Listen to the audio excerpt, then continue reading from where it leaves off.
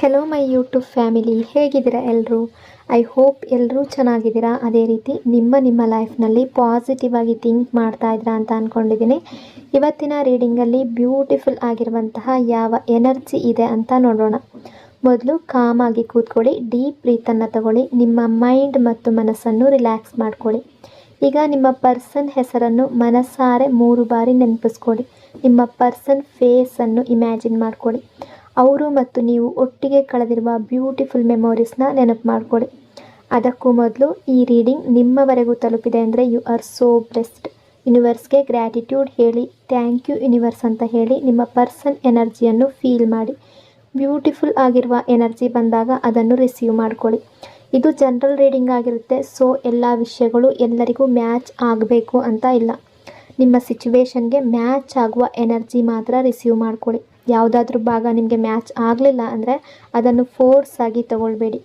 ಈ ರೀಡಿಂಗ್ನ ಉದ್ದೇಶ ಏನು ಅಂದರೆ, ಈ ಕ್ಷಣದ ಪ್ರೆಸೆಂಟ್ ಎನರ್ಜಿ ಯಾವ ರೀತಿ ಇದೆ, ನಿಮ್ಮ ಪರ್ಸನ್ ಮನಸ್ಸಿನಲ್ಲಿ ಏನು ನಡೀತಾ ಇದೆ, ನಿಮ್ಮಿಬ್ಬರ ನಡುವೆ ಯಾವ ರೀತಿಯ ಎಮೋಷನ್ಸ್ ಅಥವಾ ವೈಬ್ಸ್ ನಡೀತಾ ಇದೆ, ಅದನ್ನು ನಿಮಗೆ ತಿಳಿಸುವ ಒಂದು ಸಣ್ಣ ಪ್ರಯತ್ನ ಅಷ್ಟೆ. ಹಾಗಾಗಿ ಓವರ್ ಆಗಿ ನೆಗೆಟಿವ್ ಆಗಿ ಯೋಚನೆ ಮಾಡಬೇಡಿ. ನಿಮ್ಮ ಮನಸ್ಸನ್ನು ಅನಾವಶ್ಯಕ ಭಯಗಳಿಂದ ತುಂಬಿಸ್ಕೊಳ್ಬೇಡಿ. ಯಾವುದೇ ರಿಲೇಷನ್ಶಿಪ್ಪಲ್ಲಿ ಆಗಿರಲಿ, ಪಾಸಿಟಿವ್ ಎನರ್ಜಿ ಅನ್ನೋದು ತುಂಬ ಇಂಪಾರ್ಟೆಂಟ್ ಆಗಿರುತ್ತೆ. ರೀಡಿಂಗನ್ನು ನೋಡಬೇಕಾದ್ರೆ ವಿಡಿಯೋನ ಲೈಕ್ ಮಾಡ್ಕೊಳ್ಳಿ. ಅದೇ ರೀತಿ ಚಾನಲ್ನ ಸಬ್ಸ್ಕ್ರೈಬ್ ಮಾಡಿಕೊಂಡು ಕನೆಕ್ಟ್ ಆಗಿ. ಮೊದಲಿಗೆ ನಿಮ್ಮ ಎನರ್ಜಿ ಯಾವ ರೀತಿ ಇದೆ ಅಂತ ನೋಡೋದಾದರೆ, ವೇಟಿಂಗ್ ಮತ್ತು distance energy, deep emotional energy. ನೀವು ತುಂಬ ಫೀಲ್ ಮಾಡ್ತಾ ಇದ್ದೀರಾ. ನೀವೆಲ್ಲೋ ಒಂದು ಕಡೆ ತುಂಬ ಚೇಂಜ್ ಆಗಿರೋ ಹಾಗೆ, ಬದಲಾಗಿರೋ ಹಾಗೆ ನಿಮ್ಮನ್ನೇ ನೀವು ನೋಡ್ತಾ ಇದ್ದೀರಾ. ನಿಮ್ಮೊಳಗೆ ತುಂಬ ಚೇಂಜಸ್ ಅನ್ನೋದು ಕಾಣ್ತಾ ಇದೆ. ಯಾಕೆಂದರೆ ಈಗ ನೀವು ಎಲ್ಲ ವಿಷಯಕ್ಕೂ ಸ್ವಲ್ಪ ಡಿಫೆನ್ಸಿವ್ ಆಗ್ತಾ ಇದ್ದೀರಾ. ನಿಮ್ಮ ಕನೆಕ್ಷನ್ ಅಥವಾ ರಿಲೇಷನ್ಶಿಪ್ಪಲ್ಲಿ ಏನೇ ಆಗಿರಲಿ, ಯಾವುದೇ ಸಿಚುವೇಶನ್ ಬಂದಿರಲಿ, ಯಾಕೆಂದರೆ ಎಲ್ಲೋ ಒಂದು ಕಡೆ ಈ ರಿಲೇಷನ್ಶಿಪ್ಪಲ್ಲಿ ಏನೋ ಒಂದು ಅಡ್ಡ ಬಂದಿರ್ಬೋದು. ಅದು ಸಿಚುವೇಶನ್ ಆಗಿರ್ಬೋದು, ಫ್ಯಾಮಿಲಿ ಆಗಿರ್ಬೋದು, ಥರ್ಡ್ ಪರ್ಸನ್ ಆಗಿರ್ಬೋದು. ಥರ್ಡ್ ಪರ್ಸನ್ ಅನ್ನೋದು ಕೇವಲ ರೊಮ್ಯಾಂಟಿಕ್ ರಿಲೇಷನ್ಶಿಪ್ ಮಾತ್ರ ಅಲ್ಲ, ಅವರ ಸಿಚುವೇಶನ್ ಕೂಡ ಆಗಿರ್ಬೋದು, ಜಾಬ್ ಆಗಿರ್ಬೋದು, ಕೆರಿಯರ್ ಆಗಿರ್ಬೋದು. ಇದೆಲ್ಲದರಿಂದ ನೀವು ತುಂಬ ಬೇಸತ್ತಿರಬಹುದು. ಆ ವಾಲ್ ಅನ್ನೋದು, ಸಿಚುವೇಶನ್ ಅನ್ನೋದು ನಿಮ್ಮಿಬ್ಬರ ರಿಲೇಷನ್ಶಿಪ್ಪಲ್ಲಿ ಅಡ್ಡ ಬಂದಿರ್ಬೋದು. ನೀವು ಇವರಿಗಾಗಿ ವೆಯ್ಟ್ ಮಾಡಿ ಸುಸ್ತಾಗ್ಬಿಟ್ಟಿದ್ದೀರಾ. ಯಾವುದೋ ಒಂದು ಸಿಚುವೇಶನ್, ಯಾವುದೋ ಒಂದು ಅವರ ಬಿಹೇವಿಯರಿಂದ ನೀವು ತುಂಬ ಡಿಸ್ಟರ್ಬ್ ಆಗಿದ್ದೀರಾ. ಅಂದರೆ ಎಲ್ಲೋ ಒಂದು ಕಡೆ ನಿಮಗೆ ತುಂಬ ಹರ್ಟ್ ಆಗಿದ್ದಾರೆ, ತುಂಬ ಹರ್ಟ್ ಮಾಡಿದ್ದಾರೆ. ನಿಮ್ಮ ಪಾರ್ಟ್ನರ್ ನಿಮಗೆ ತುಂಬ ಮನಸ್ಸಿಗೆ ನೋವು ಮಾಡಿರ್ಬೋದು. ಕೆಲವು ಎನರ್ಜೀಸ್ ಇಲ್ಲಿ ಯಾವ ರೀತಿ ಇದೆ ಅಂದರೆ, ಮೊದಲು ನೀವು ತುಂಬ ಎಮೋಷ್ನಲ್ ಆಗಿದ್ರಿ, ನಿಮ್ಮ ಎಮೋಷನ್ಸನ್ನು ಅಡ್ವಾಂಟೇಜ್ ಆಗಿ ತಗೊಂಡಿದ್ದಾರೆ, ನಿಮ್ಮ ಫೀಲಿಂಗ್ಸ್ಗಳನ್ನು ಅಡ್ವಾಂಟೇಜ್ ಆಗಿ ತಗೊಂಡಿದ್ದಾರೆ. ಎಲ್ಲೋ ಒಂದು ಕಡೆ ನಿಮಗೆ ಹೇಗೆ ಅನ್ನಿಸ್ತಾ ಇದೆ ಅಂದರೆ, ನೀವು ಹೃದಯದಿಂದ ತುಂಬ ಪ್ಯೂರ್ ಆಗಿದ್ದೀರಾ, ಆದರೆ ನಿಮ್ಮನ್ನು ಫಾರ್ ಗ್ರ್ಯಾಂಟೆಡ್ ತಗೊಂಡಿದ್ದಾರೆ. ನಿಮ್ಮ ಎಮೋಷನ್ಸ್ ಜೊತೆ ಆಟ ಆಡಿರ್ಬೋದು, ನಿಮ್ಮ ಫೀಲಿಂಗ್ಸ್ ಜೊತೆ ಆಟ ಆಡಿರ್ಬೋದು. ಯಾಕೆಂದರೆ ಒಬ್ಬ ವ್ಯಕ್ತಿ ಎಷ್ಟು ಎಮೋಷ್ನಲ್ ಆಗಿರ್ತಾನೋ ಅವರನ್ನು ಅಷ್ಟೇ ಫಾರ್ ಗ್ರ್ಯಾಂಟೆಡ್ ತಗೊಳ್ತಾರೆ, ಅವರಿಗಷ್ಟೇ ಹರ್ಟ್ ಮಾಡ್ತಾರೆ ಅಂತ ಎನರ್ಜಿ ಇದೆ. ಈ ಕನೆಕ್ಷನ್ಗಾಗಿ, ಈ ರಿಲೇಷನ್ಶಿಪ್ಗಾಗಿ ತುಂಬ ನೀವು ಸ್ಯಾಕ್ರಿಫೈಸ್ ಮಾಡಿರ್ಬೋದು. ಆದರೆ ನೀವು ಏನು ಎಕ್ಸ್ಪೆಕ್ಟ್ ಮಾಡಿದ್ರೋ, ಏನು ಬಯಸಿದ್ರೋ ಅದು ನಿಮಗೆ ರಿಟರ್ನ್ ಆಗಿ ಸಿಕ್ಕಿಲ್ಲ. ನಾನು ಹೇಳಿದ ಹಾಗೆ ನೀವು ನಿಧಾನವಾಗಿ ಚೇಂಜ್ ಆಗ್ತಾ ಇದ್ದೀರಾ, ನಿಧಾನವಾಗಿ ಬದಲಾಗ್ತಾ ಇದ್ದೀರಾ. ಇವತ್ತು ನೀವು ಸ್ಟ್ರಾಂಗ್ ಆಗಿದ್ದೀರಾ. ಈಗ ಸ್ವಲ್ಪ ಕೆಲವರಿಗೆ ಈಗೋ ಕೂಡ ಇರಬಹುದು. ಈಗ ನೀವು ಸಂಪೂರ್ಣ ಬೇರೆ ಪರ್ಸ್ನಾಲಿಟಿ ಆಗಿಬಿಟ್ಟಿದ್ದೀರಾ. ಮೊದಲು ಎಲ್ಲರ ಜೊತೆ ಈಸಿಯಾಗಿ ಮಾತಾಡ್ತಾ ಇದ್ರಿ, ಯಾರ ಮಾತಿಗೂ ಈಸಿಯಾಗಿ ನಂಬಿಕೆ ಇಡ್ತಾ ಇದ್ರಿ. ಬಟ್ ಈಗ ಆ ಫೀಲಿಂಗ್ಸ್ ಇಲ್ಲ. ಯಾಕೆಂದರೆ ಮನಸ್ಸಿನ ಒಳಗಡೆಯಿಂದ ನೀವು ಬ್ರೋಕನ್ ಆಗಿದ್ದೀರಾ, ಒಳಗಿನಿಂದ ತುಂಬ ನೊಂದ್ಕೊಂಡಿದ್ದೀರಾ. ತುಂಬ ಎಕ್ಸ್ಟ್ರೀಮ್ ಲೆವೆಲ್ ಚೇಂಜ್ ನಿಮ್ಮೊಳಗೆ ಕೂಡ ಕಾಣ್ತಾ ಇದೆ. ಆದರೆ ಇನ್ನೂ ಒಂದು ಹೋಪ್ ಇಟ್ಕೊಂಡಿದ್ದೀರಾ, ಬಹುಶಃ ಅವರು ಮತ್ತೆ ಬರಬಹುದು ಅಂತ, ಬಹುಶಃ ನಿಮ್ಮ ರಿಲೇಷನ್ಶಿಪ್ ಮತ್ತೆ ಸರಿಯಾಗಬಹುದು ಅಂತ, ಮತ್ತೆ ಎಲ್ಲವೂ ಮೊದಲಿನ ರೀತಿ ಆಗಬಹುದು ಅಂತ ಮನಸ್ಸಿನ ಒಳಗಿನಿಂದ ನೀವು ಈ ರೀತಿ ಅಂದ್ಕೊಳ್ತಾ ಇದ್ದೀರಾ. ಮುಂದೆ ಹೋಗೋದು ನೀವು ಇಷ್ಟಪಡ್ತಾ ಇಲ್ಲ, ಆದರೆ ಒಳಗಿನಿಂದ ಒಂದು ಹೋಪ್ ಮಾತ್ರ ಇಟ್ಕೊಂಡಿದ್ದೀರಾ. ಅಥವಾ ಏನಾದರೂ ಕ್ಲಾರಿಟಿ ಕೊಡಲಿ, ಸಾರಿ ಹೇಳಲಿ, ನೀವು ಡಿಸರ್ವ್ ಮಾಡೋದು ಸಿಗಲಿ. ಯಾಕೆಂದರೆ ನೀವು ಇದನ್ನು ಡಿಸರ್ವ್ ಮಾಡಿರಲಿಲ್ಲ. ಈಗ ಏನು ಪೇಯ್ನ್ ಅನುಭವಿಸ್ತಾ ಇದ್ದೀರಾ ಅದನ್ನು ನೀವು ಡಿಸರ್ವ್ ಮಾಡಿರಲಿಲ್ಲ. ಇವರು ನಿಮ್ಮಿಂದ ದೂರ ಹೋಗಿರ್ಬೋದು, ಡಿಟ್ಯಾಚ್ ಆಗೋದು, ಅಥವಾ ರೂಡಾಗಿ ಬಿಹೇವ್ ಮಾಡೋದು, ಆ ರೀತಿಯೆಲ್ಲ ಈಗ ಮಾಡ್ತಿರಬಹುದು, ಅಥವಾ ಮೊದಲು ಮಾಡಿರ್ಬೋದು, ಅಥವಾ ಯಾವಾಗಲೂ ಹಾಗೆ ಮಾಡ್ತಾ ಬಂದಿರ್ಬೋದು. ಮತ್ತು ಬಹುಶಃ ಇವತ್ತು ನೀವು ತುಂಬ ನೋವಿನಲ್ಲಿರ್ಬೋದು. ನಿಮ್ಮ ಮನಸ್ಸಿನ ಒಳಗಡೆ ತುಂಬ ಫೀಲಿಂಗ್ಸನ್ನು ಹೈಡ್ ಮಾಡ್ಕೊಂಡಿದ್ದೀರಾ, ಎಮೋಷನ್ಸನ್ನು ಹೈಡ್ ಮಾಡ್ಕೊಂಡಿದ್ದೀರಾ. ಈಗ ಏನು ಹೇಳಬೇಕು ಅಂತ ಇಲ್ಲ, ಯಾರಿಗೂ ಏನು ಹೇಳಬೇಕು ಅಂತ ಅನ್ನಿಸ್ತಾ ಇಲ್ಲ. ನೀವು ಎಷ್ಟು ಫೀಲ್ ಮಾಡ್ತಾ ಇದ್ದೀರಾ, ಎಷ್ಟು ಕೇರ್ ಕೊಟ್ಟಿದ್ದೀರಾ ಅದನ್ನು ಯಾರಿಗೂ ತಿಳಿಸ್ಬೇಕು ಅಂತ ನಿಮ್ಗೆ ಅನ್ನಿಸ್ತಾ ಇಲ್ಲ. ಯಾಕೆಂದರೆ ಮೊದಲು ನೀವು ತುಂಬ ಎಮೋಷ್ನಲ್ ಆಗಿದ್ರಿ, ಅವರ ಮುಂದೆ ಬೇಕಾದಷ್ಟು ಹತ್ತು ಬಿಡ್ತಾ ಇದ್ರಿ, ಕಣ್ಣೀರು ಹಾಕ್ತಾ ಇದ್ರಿ. ಯಾಕೆಂದರೆ ನಿಮ್ಮ ಮನಸ್ಸಿನ ಒಳಗಿನಿಂದ ತುಂಬ ಎಮೋಷ್ನಲ್ ಆಗಿದ್ರಿ. ಇವತ್ತು ಕೂಡ ಎಮೋಷ್ನಲ್ ಇರ್ಬೋದು, ಆದರೆ ಈಗ ನಿಮ್ಮನ್ನು ನೀವು ಚೇಂಜ್ ಮಾಡ್ಕೊಳ್ತಾ ಇದ್ದೀರಾ.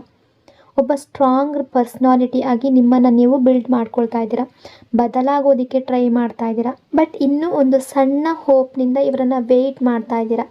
ಅವರು ಡಿಸಿಷನ್ ತಗೊಳ್ಳಿ, ಆ್ಯಕ್ಷನ್ ತಗೊಳ್ಳಿ, ಅವರು ನಿಮ್ಮನ್ನು ಅಪ್ರೋಚ್ ಮಾಡಲಿ, ನಿಮ್ಮ ಜೊತೆ ಮಾತಾಡಲಿ ಅಂತ ಕಾದು ಕಾದು ಸುಸ್ತಾಗಿದ್ದೀರಾ. ಮತ್ತು ಎಲ್ಲೋ ಒಂದು ಕಡೆ ತುಂಬ ಬ್ರೋಕನ್ ಫೀಲ್ ಮಾಡ್ತಾ ಇದ್ದೀರಾ. ಯಾಕೆಂದರೆ ತುಂಬ ಟೈಮಿಂದ ಇವರಿಂದ ಯಾವುದೇ ಅಪ್ರೋಚ್ ಅನ್ನೋದು ಸಿಗ್ತಾ ಇಲ್ಲ. ಬಹುಶಃ ಮೊದಲು ನೋ ಕಾಂಟ್ಯಾಕ್ಟ್ನಲ್ಲಿ ಇರ್ಬೋದು, ಇವತ್ತು ಅದೇ ಕಂಡೀಷನ್ನಲ್ಲಿ ಇರಬಹುದು, ಅಥವಾ ಫೈಟ್ ಜಗಳಗಳು ನಡೀತಾ ಇರ್ಬೋದು, ಪ್ರಾಬ್ಲಮ್ಸ್ ಕ್ರಿಯೇಟ್ ಆಗ್ತಾ ಇರ್ಬೋದು. ಇವತ್ತು ಸರಿಯಾಗುತ್ತೆ ಅಂತ ಯೋಚನೆ ಮಾಡ್ತೀರಾ, ಆದರೆ ಸರಿ ಆಗ್ತಾ ಇಲ್ಲ. ನೀವು ಹೇಗೆ ಬಯಸ್ತಾ ಇದ್ದೀರೋ, ಹೇಗೆ ಎಕ್ಸ್ಪೆಕ್ಟ್ ಮಾಡ್ತಾ ಇದ್ದೀರೋ ಹಾಗೆ ಆಗ್ತಾ ಇಲ್ಲ. ಮತ್ತು ಬಹುಶಃ ಇವರು ನಿಮ್ಮನ್ನು ಕೆಲವೊಬ್ಬರ ರಿಲೇಷನ್ಶಿಪ್ಪಲ್ಲಿ ಚೀಟ್ ಕೂಡ ಆಗಿರ್ಬೋದು, ಹರ್ಟ್ ಆಗಿರ್ಬೋದು. ಆದರೆ ಇವತ್ತು ಕೂಡ ಇವರು ಬಂದು ಮಾತಾಡಿದ್ರೆ, ಸಾರಿ ಅಂತ ಕೇಳಿದ್ರೆ ಸ್ವಲ್ಪ ಕೋಪ ಮಾಡ್ಕೊಳ್ಬಹುದು, ನೀವು ಸ್ವಲ್ಪ ಆ್ಯಟಿಟ್ಯೂಡ್ ತೋರಿಸ್ಬೋದು. ಆದರೆ ಕೊನೆಯಲ್ಲಿ ನೀವು ಕೂಡ ಫರ್ಗಿವ್ ಮಾಡ್ತೀರಾ, ಆ ಎನರ್ಜಿ ಇದೆ. ಅಂದರೆ ನೀವು ಫರ್ಗಿವ್ ಮಾಡೋದಕ್ಕೆ ರೆಡಿ ಇದ್ದೀರಾ. ಆದರೆ ನಿಮ್ಮ ಪಾರ್ಟ್ನರ್ ತುಂಬ ಈಗೋಸ್ಟಿಕ್ ಅನ್ನೋ ಫೀಲಿಂಗ್ ನಿಮಗಿದೆ. ಇವರು ಬರೋದಿಲ್ಲ ಅಂತ ನಿಮ್ಗೆ ಅನ್ನಿಸ್ತಾ ಇದೆ, ಏನೇ ಆಗಲಿ ಬರೋದಿಲ್ಲ ಅಂತ ಅನ್ನಿಸ್ತಾ ಇದೆ. ಬಹುಶಃ ನೀವು ಕಾಯ್ತಾ ಇದ್ದೀರಾ, ಮತ್ತೆ ಏನು ಆಗೋದಿಲ್ವೇನೋ ಅನ್ನೋ ಫೀಲಿಂಗ್ ಬರ್ತಾ ಇದೆ ನಿಮಗೆ.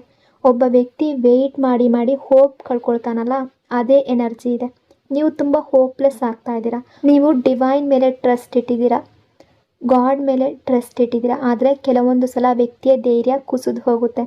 ನಿಮ್ಮ ಧೈರ್ಯವು ಕೂಡ ದಿನದಿಂದ ದಿನಕ್ಕೆ ಕುಸಿತಾ ಇದೆ.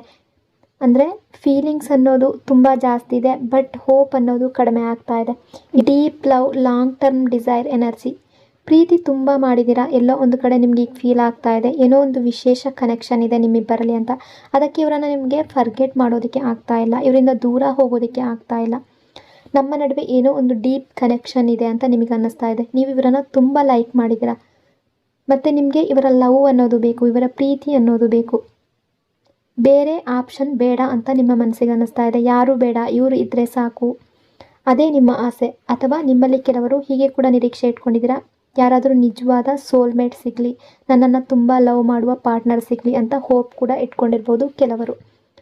ಆದರೆ ಎಲ್ಲೋ ಒಂದು ಕಡೆ ಹೋಪ್ಲೆಸ್ ಫೀಲ್ ಆಗ್ತಾ ಇದ್ದೀರಾ. ನಿಮ್ಮ ಪ್ರಕಾರ ಥಿಂಗ್ಸ್ ಸರಿಯಾಗಿ ನಡೀತಾ ಇಲ್ಲ.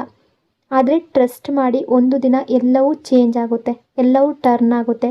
ಈಗ ನಿಮ್ಮ ಲೈಫ್ನಲ್ಲಿ, ನಿಮ್ಮ ಕನೆಕ್ಷನ್ನಲ್ಲಿ ತುಂಬ ಪ್ರಾಬ್ಲಮ್ಸ್ ಇರಬಹುದು. ಈ ರಿಲೇಷನ್ಶಿಪ್ಪಲ್ಲಿ ಯಾವುದೇ ಸಿಚುವೇಶನ್ ಇರಬಹುದು, ನೋ ಕಾಂಟ್ಯಾಕ್ಟ್ ಇರಬಹುದು, ಮಿಸ್ಅಂಡರ್ಸ್ಟ್ಯಾಂಡಿಂಗ್ ಇರಬಹುದು, ಅಥವಾ ನೀವು ಇವತ್ತೇ ಅವರು ಬರಲಿ ಅಂತ ಬಯಸ್ತಾ ಇರ್ಬೋದು, ಇವರು ಚೇಂಜ್ ಆಗಿ ಮತ್ತೆ ಬರ್ತಾರೆ ಅಂತ ಅಂದ್ಕೊಳ್ತಾ ಇರ್ಬೋದು.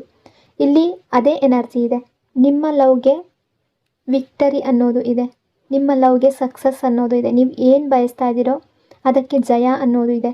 ನಿಮಗೆ ಇವರ ಸ್ವಾರಿ ಬೇಕಾಗಿರ್ಬೋದು, ಇವ್ರ ಜೊತೆ ರಿಲೇಷನ್ಶಿಪ್ ಬೇಕಿರಬಹುದು, ಯಾವುದೇ ಡಿಸೈರ್ ಇರ್ಬೋದು, ಅದು ಕಂಪ್ಲೀಟ್ ಆಗುವ ಎನರ್ಜಿ ಇದೆ. ಇವತ್ತಲ್ದಿದ್ರೆ ನಾಳೆ ಆಗುತ್ತೆ, ಆದರೆ ಆಗುವ ಎನರ್ಜಿ ಇದೆ. ತುಂಬ ಜನರ ರಿಲೇಷನ್ಶಿಪ್ಪಲ್ಲಿ ಮತ್ತೆ ಕನೆಕ್ಟ್ ಆಗುವಂತಹ ಎನರ್ಜಿ ಇದೆ. Emotional attachment, missing energy. ನಿಮಗೆ ಎಲ್ಲೋ ಒಂದು ಕಡೆ ಈ ಕನೆಕ್ಷನ್ ಬಗ್ಗೆ ಸ್ಟ್ರಾಂಗ್ ಫೀಲಿಂಗ್ ಇದೆ. ಅದಕ್ಕೆ ಇವರನ್ನು ಮರೆಯೋದಕ್ಕೆ ಆಗ್ತಾ ಇಲ್ಲ. ಇವರು ಎಷ್ಟು ಹರ್ಟ್ ಮಾಡಿದ್ರು, ಎಷ್ಟು ಪೇಯ್ನ್ ಕೊಟ್ಟರು, ನಿಮ್ಮ ಹಾರ್ಟ್ ಮತ್ತೆ ಮತ್ತೆ ಇವರ ಕಡೆ ಹೋಗಬೇಕು ಅಂತ ಬಯಸ್ತಾ ಇದೆ. ಇವರ ಪ್ರೀತಿಯ ನಿರೀಕ್ಷೆ ಮಾಡ್ತಾ ಇದ್ದೀರಾ, ಅಥವಾ ಅಂತಹ ಎನರ್ಜಿ ಇದೆ ಇಲ್ಲಿ. ಒಂದು ಡೀಪ್ ಕನೆಕ್ಷನ್ ಫೀಲಿಂಗ್ ನಿಮಗೆ ಇದೆ. ಮತ್ತು ನೀವು ತುಂಬ ಎಮೋಷ್ನಲ್ ಆಗಿದ್ದೀರಾ, ಯಾವುದರಲ್ಲೂ ಮನಸ್ಸಿಲ್ಲ, ಯಾವ ಕೆಲಸ ಮಾಡೋ ಆಸೆ ಇಲ್ಲ, ಸ್ಟ್ರಾಂಗ್ ಆಗಿರೋದಕ್ಕೆ ಟ್ರೈ ಮಾಡ್ತೀರಾ. ಆದರೆ ಕೆಲವೊಂದು ಸಲ ಎನರ್ಜಿ ತುಂಬ ಡೌನ್ ಆಗುತ್ತೆ, ನಿಮ್ಮ ಎಮೋಷನ್ಸ್ ತುಂಬ ಜಾಸ್ತಿ ಆಗ್ತಾ ಇರುತ್ತೆ. ಕೆಲವೊಮ್ಮೆ ತುಂಬ ಎಮೋಷ್ನಲ್ ಆಗಿಬಿಡ್ತೀರಾ, ಅಳ್ತೀರಾ, ಡಿಸ್ಟರ್ಬ್ ಆಗ್ತೀರಾ, ಆ್ಯಂಗ್ಸೈಟಿ ಫೀಲ್ ಆಗುತ್ತೆ.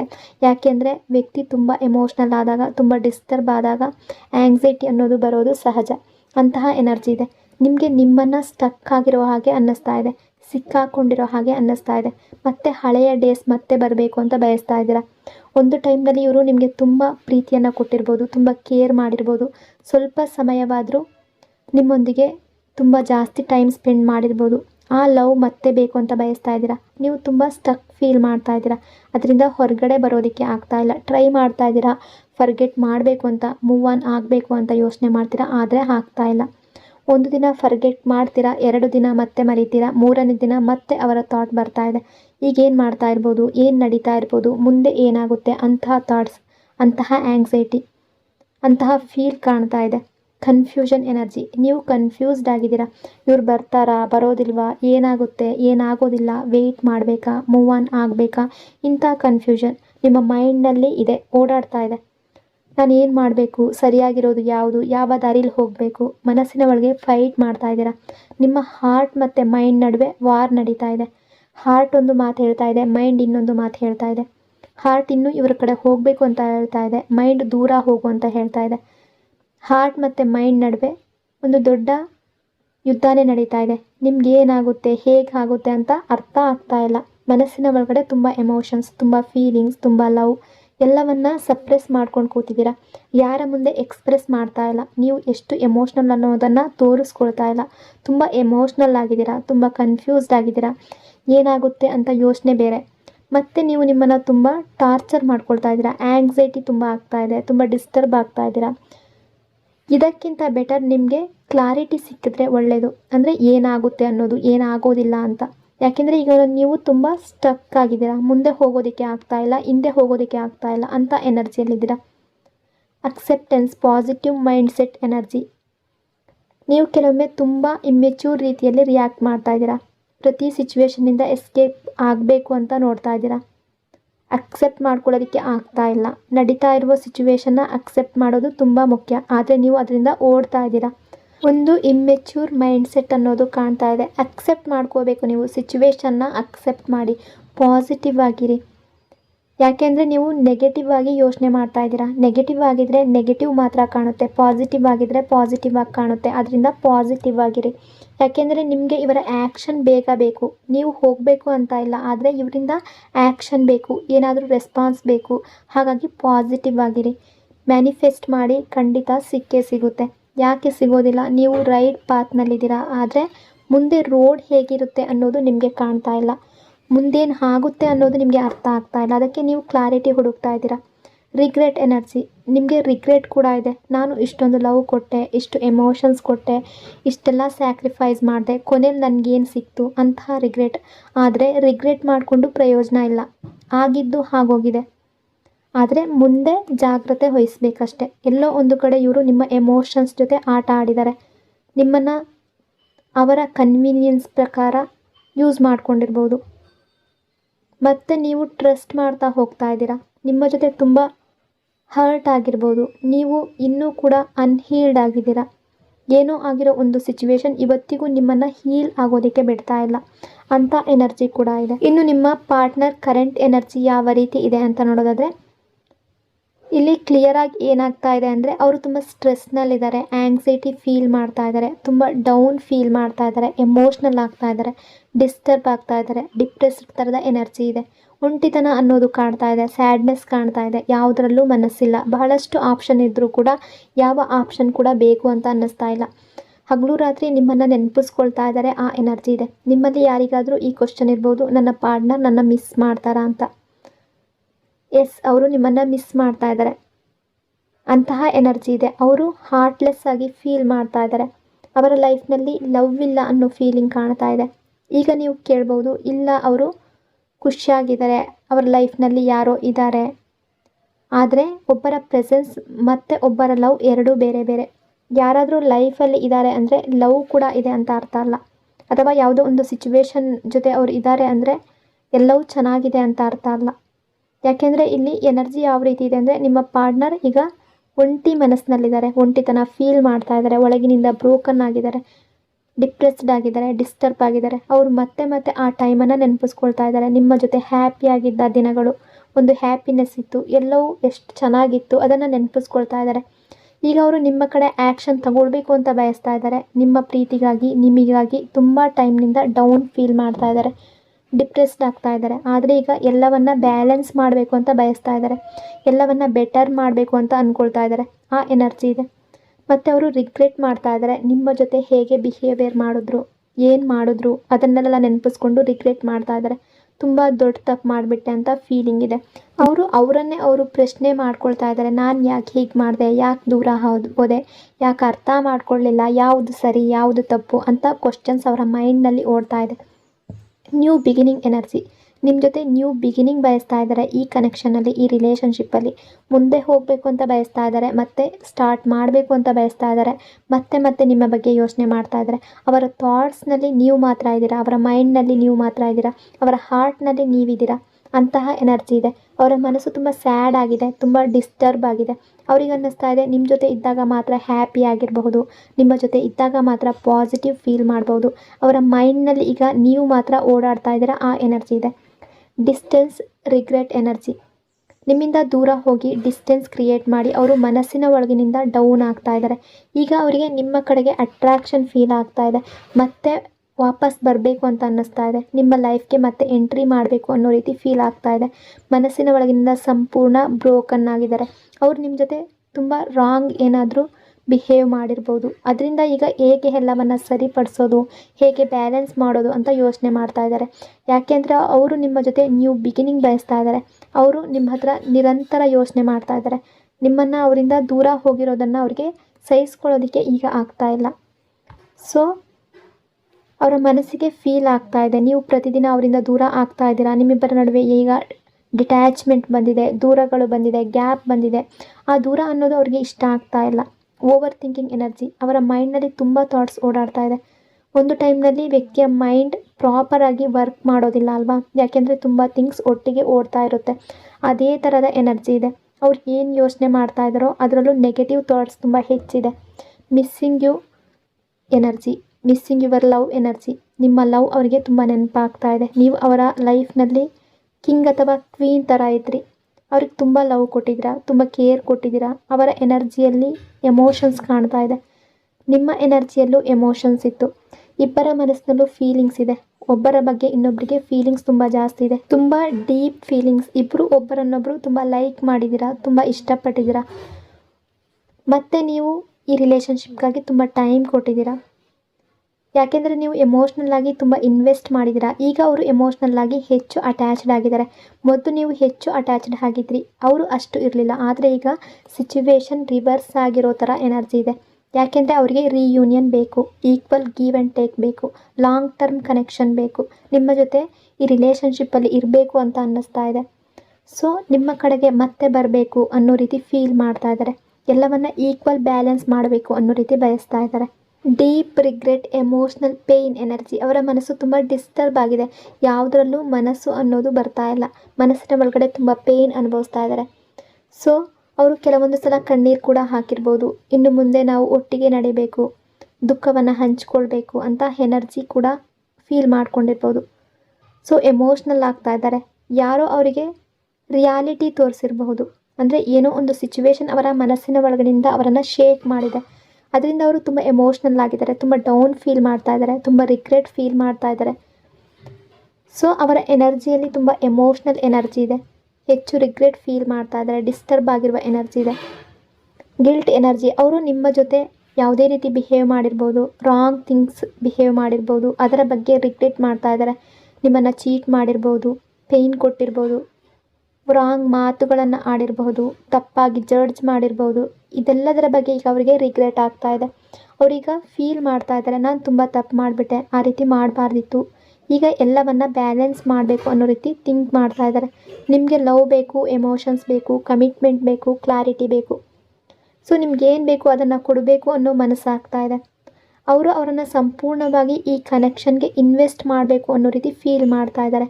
ಮೊದಲು ಬಹುಶಃ ಈ ರೀತಿ ಮಾಡಿರಲಿಲ್ವೇನೋ, ಈ ರಿಲೇಷನ್ಶಿಪ್ಗಾಗಿ ಅಷ್ಟು ಸೀರಿಯಸ್ ಆಗಿ ಯೋಚನೆ ಮಾಡಿರಲಿಲ್ಲ. ಆದರೆ ಈಗ ಈ ರಿಲೇಷನ್ಶಿಪ್ಗಾಗಿ ಎಫರ್ಟ್ ಹಾಕಬೇಕು ಅನ್ನೋ ಮನಸ್ಸು ಬರ್ತಾ ಇದೆ. ಈಗ ಅವರಿಗೆ ರಿಗ್ರೆಟ್ ಜಾಸ್ತಿ ಆಗ್ತಾ ಇದೆ. ನಿಮ್ಮಿಬ್ಬರ ನಡುವೆ ಡಿಫ್ರೆನ್ಸಸ್ ಇರಬಹುದು, ಫ್ಯಾಮಿಲಿ ಇಶ್ಯೂಸ್ ಇರಬಹುದು, ಕಲ್ಚರ್ ಡಿಫ್ರೆನ್ಸಸ್ ಇರಬಹುದು, ಬೇರೆ ಯಾವುದೇ ಪ್ರಾಬ್ಲಮ್ಸ್ ಇರಬಹುದು, ಅಥವಾ ಯಾವುದೋ ದೊಡ್ಡ ಇಶ್ಯೂ ಕೂಡ ಬಂದಿರಬಹುದು. ಆದರೆ ಈಗ ಅವರಿಗೆ ಅನ್ನಿಸ್ತಾ ಇದೆ, ನಾನು ತುಂಬ ರಾಂಗ್ ಬಿಹೇವಿಯರ್ ಮಾಡಿದೆ, ತುಂಬ ರಫಾಗಿ ನಡ್ಕೊಂಡೆ, ಅಷ್ಟು ಹಾರ್ಶ್ ಆಗಬಾರ್ದಿತ್ತು ಅಂತ ರಿಗ್ರೆಟ್ ಇದೆ. ಈಗ ಅವ್ರಿಗೆ ಫೀಲ್ ಆಗ್ತಾ ಇದೆ, ನೀವು ಅವರ ಟ್ರೂ ಸೋಲ್ಮೇಟ್, ನೀವು ಅವರ ಟ್ರೂ ರಿಲೇಷನ್ಶಿಪ್ಪಲ್ಲಿ ಇದ್ದವರು, ನೀವು ಅವರ ಫೀಲಿಂಗ್ಸನ್ನು ಅರ್ಥ ಮಾಡಿಕೊಂಡವರು ಅಂಥ ಫೀಲಿಂಗ್ಸ್ ಅವರಲ್ಲಿದೆ. ಅವರು ನಿಮ್ಮ ಬಗ್ಗೆ ತುಂಬ ಡೀಪ್ ಫೀಲಿಂಗ್ಸ್ ಇಟ್ಕೊಂಡಿದ್ದಾರೆ. ಸೊ ಇದು ನಿಮ್ಮ ಎನರ್ಜಿ ಮತ್ತು ನಿಮ್ಮ ಪಾರ್ಟ್ನರ್ ಎನರ್ಜಿ. ನಿಮ್ಮ ಪಾರ್ಟ್ನರ್ ನಿಮ್ಮನ್ನು ಮಿಸ್ ಮಾಡ್ತಾ ಇದ್ದಾರೆ, ಆ ಎನರ್ಜಿ ಇದೆ. ನಿಮ್ಮ ಬಗ್ಗೆ ಯೋಚನೆ ಮಾಡ್ತಾ ಇದ್ದಾರೆ, ರಿಗ್ರೆಟ್ ಮಾಡ್ತಾ ಇದ್ದಾರೆ, ಮತ್ತು ನಿಮ್ಮ ಜೊತೆ ರಿಯೂನಿಯನ್, ನ್ಯೂ ಬಿಗಿನಿಂಗ್ ಬಯಸ್ತಾ ಇದ್ದಾರೆ ಅನ್ನೋ ಎನರ್ಜಿ ಕಾಣ್ತಾ ಇದೆ. ಸೊ ಈ ಈವ್ನಿಂಗ್ ರೀಡಿಂಗ್ ನಿಮಗೆ ಇಷ್ಟ ಆಗಿದೆ ಅಂದ್ಕೊಂಡಿದ್ದೀನಿ. ಇಷ್ಟ ಆಗಿದ್ರೆ ಪಾಸಿಟಿವ್ ಆಗಿ ಕಮೆಂಟ್ ಮಾಡಿ. ಇನ್ನೊಂದು ಬ್ಯೂಟಿಫುಲ್ ರೀಡಿಂಗಲ್ಲಿ ಮತ್ತೆ ಸಿಗ್ತೀನಿ. ಅಲ್ಲಿವರೆಗೂ ಟೇಕ್ ಕೇರ್. ನಿಮ್ಮ ಪ್ರೀತಿ, ನಿಮ್ಮ ಸಪೋರ್ಟ್ಗೆ thank you so much. Lots and lots of love. God bless you all.